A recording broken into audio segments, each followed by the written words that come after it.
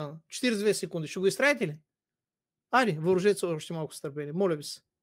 И само спазването на българския национален интерес, мисля, че няма да има абсолютно никакъв проблем. Само спазването на българския национален интерес няма да имаме проблем. Защо нямаш проблем? Защо не си го направил до сега, бе? Иначе много го спазваме българския национален интерес, само че до тук главно го повтаряме, а не го правиме. Между казал и направил, нали знаете, има една така дистанция за изминаване. Айде сега, върнете се назад във времето, ретроспекция, т.е.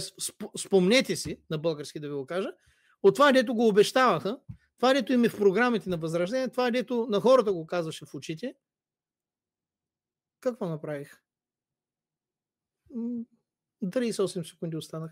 За мен специално най-важното нещо, което е, че днес получихме, и финално да го кажа още веднъж, днес получихме уверението на министъра на земеделието, че българската държава не подкрепя регламента на Европейския парламент относно производството и предлагането на пазара на растителен репродуктивен материал в Съюза. Говорим за избиване на овцете, говорим за смъртности и с което иска да завърши, че министъра нещо не е подкрепил за някакви разсъди. Нерде Ямбол, нерде Стамбул. Както казват югоизточните ни съседи.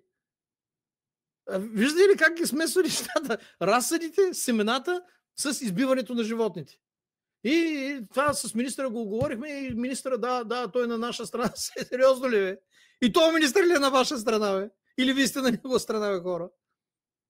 Разсъди и животновъдство да видиш. За нас това е голямата новина от днес и ние ще следим от тук насетне много внимателно дали думите на министъра, разбира се, в следващите месеци ще се потвърдят.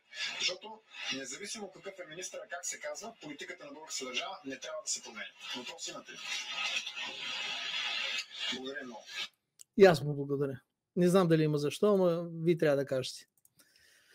Вие трябва да кажете, има ли за какво да му благодарим на котството?